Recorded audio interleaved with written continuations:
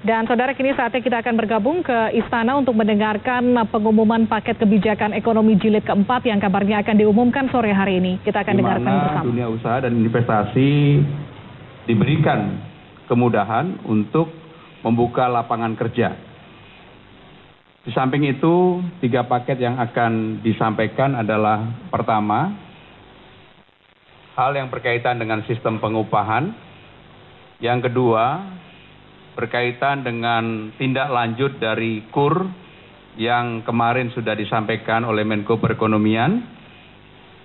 Dan yang ketiga adalah kredit UKM untuk ekspor dan untuk mencegah PHK.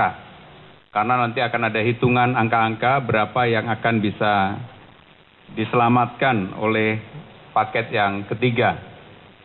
Bapak Ibu saudara-saudara sekalian, nanti Menko Perekonomian, Menaker, dan juga Menteri Keuangan akan menyampaikan hitungan. Karena intinya adalah ketika ekonomi sudah mulai mengalami recovery kembali, maka tentunya negara, dalam bahasa Bapak Menko nanti disampaikan, negara akan hadir. Bagaimana untuk berbuat, membantu para pekerja, terutama dalam berbagai hal yang disebut dengan hal berkaitan dengan social safety net atau jaring pengaman sosial, sehingga para pekerja mendapatkan banyak jaminan dan juga kemudahan. Untuk lengkapnya kami persilahkan Bapak Menko Perekonomian untuk menyampaikan, dan saya sekali lagi mohon pamit karena ada rapat TPA yang jumlahnya cukup besar. Kali ini ada 24 jabatan yang akan di TPA-kan, jadi salah satu rekor TPA selama ini. Terima kasih. Wassalamualaikum warahmatullahi wabarakatuh. Waalaikumsalam warahmatullahi wabarakatuh. Saudara-saudara sekalian, saya mulai dengan penetapan formula yang sederhana dan jelas untuk menentukan upah minimum. Ya, upah minimum resminya namanya upah minimum provinsi ya. Upah minimum. Tujuan utama dari penetapan ini tadi sudah disinggung oleh Pak Pramono bahwa ini adalah untuk upaya membuka lapangan kerja seluas-luasnya. Pertama-tama, tentu bukan hanya satu. Yang kedua, dia juga berfungsi ya untuk meningkatkan kesejahteraan buruh pekerja. Tapi kita juga harus memikirkan orang yang belum bekerja. Ya, Anda mulai bisa melihat kan seperti apa konsepsi dasarnya. Jadi peningkatan kesejahteraan pekerja ya merupakan unsur berikutnya dari penetapan peraturan ini. Ya. Dan seperti disinggung tadi, semua ini sekaligus juga sebenarnya merupakan bukti kehadiran negara. Dalam apa? Ya, pertama, negara hadir dalam bentuk pemberian jaring pengaman atau safety net, ya, jaring pengaman sosial melalui kebijakan upah minimum dengan sistem formula.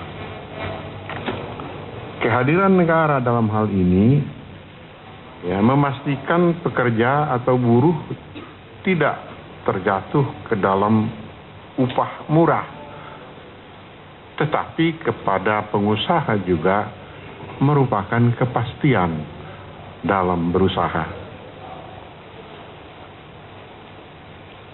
Dengan kebijakan ini juga dipastikan upah buruh naik setiap tahun, karena ada isu naiknya 5 tahun sekali katanya. Tidak, naik setiap tahun. Ya, dengan besaran kenaikan yang terukur. Berikutnya, negara juga hadir dalam bentuk pengurangan beban pengeluaran hidup melalui kebijakan-kebijakan sosial seperti kartu pintar, kartu sehat, dan seterusnya, yang sering dilupakan seolah-olah ini hal-hal yang tidak ada hubungannya satu dengan yang lain.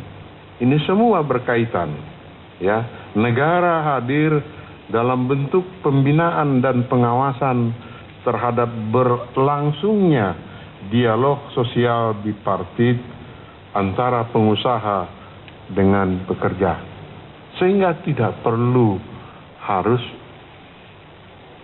membuang tenaga dan waktu panjang lebar setelah kita hitung melalui realisasinya.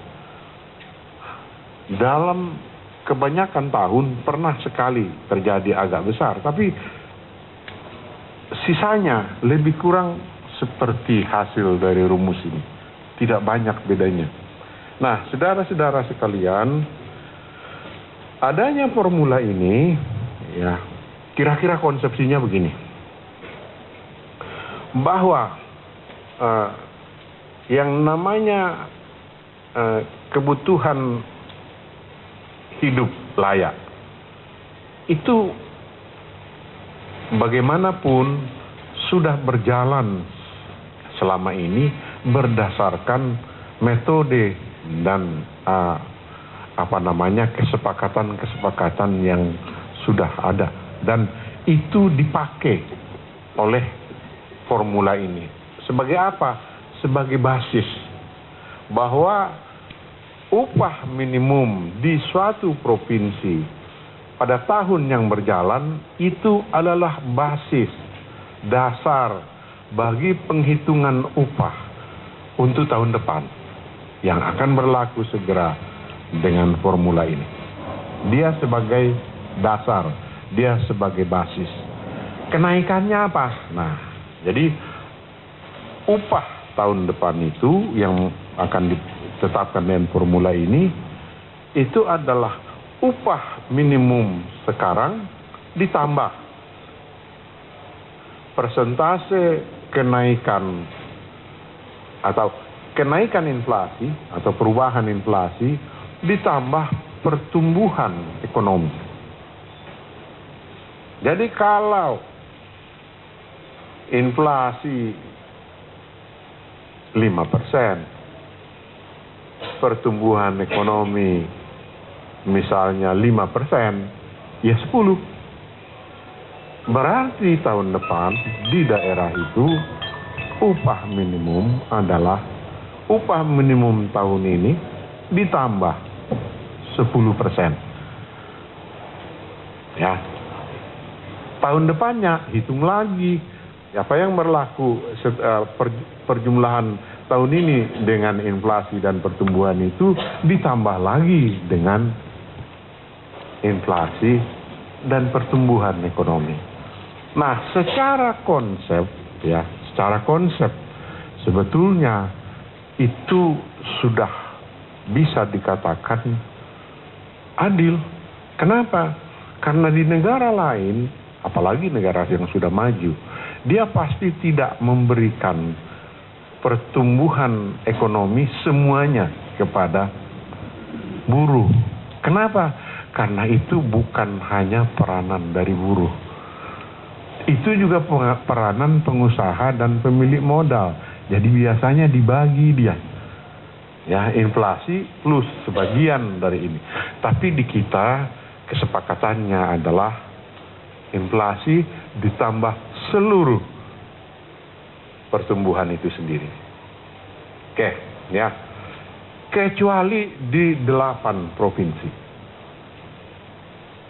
Kenapa ada kecualinya? Ternyata di 8 provinsi ini upah minimum sekarang belum bisa dianggap layak untuk belum 100% mencapai KHL. Tetapi kalau dia kemudian dinaikkan serta merta supaya langsung 100% juga bisa terlalu banyak naiknya. Sehingga diberikan masa transisi 4 tahun. Jadi kalau bedanya 20%, dia di bawah KHL, ya upah minimumnya sekarang, maka 20% dibagi 4, 5, ya kan? Jadi kalau tadi 10 kenaikannya karena pertumbuhan dan inflasi, tambah lagi 5. Jadi 15. Tahun depan, inflasi, pertumbuhan, tambah lagi 5 di provinsi itu. Kalau bedanya 24, tentu tambah 6. Ya kan? Nah, sehingga 4 tahun dari sekarang, dia juga pada posisi yang sama. KHL-nya tercapai, ya. Itu dia tadi pernyataan dari Darmin Nasution, Menteri Koordinator Bidang Perekonomian. Ini adalah paket kebijakan ekonomi jilid 4 setelah 2 minggu sebelumnya sempat dikeluarkan. Ini memang ditunggu banyak pihak ya, Livia. Satunya ada tadi mengenai upah minimum, mengenai kesejahteraan para buruh yang nampaknya menjadi perhatian dalam paket kebijakan ekonomi yang kali ini. Betul sekali, tadi ada beberapa poin yang memang sempat disebutkan selain pengupahan minimum, tapi juga fokus di paket kebijakan ekonomi jilid keempat ini juga terkait dengan kredit usaha rakyat dan juga beberapa poin lainnya yang tentunya ini berdampak signifikan dan diharapkan tidak kemudian mencegah PHK yang dikhawatirkan menjadi dampak dari pelemahan ekonomi kemarin. Nanti kita akan kembali bagaimana kemudian kelanjutan dan poin-poin apa saja yang menjadi fokus utama dalam paket kebijakan ekonomi jilid 4 yang tadi baru saja dijelaskan poin pertama oleh Darmin Nasution. Kita akan kembali saudara dengan informasi lainnya.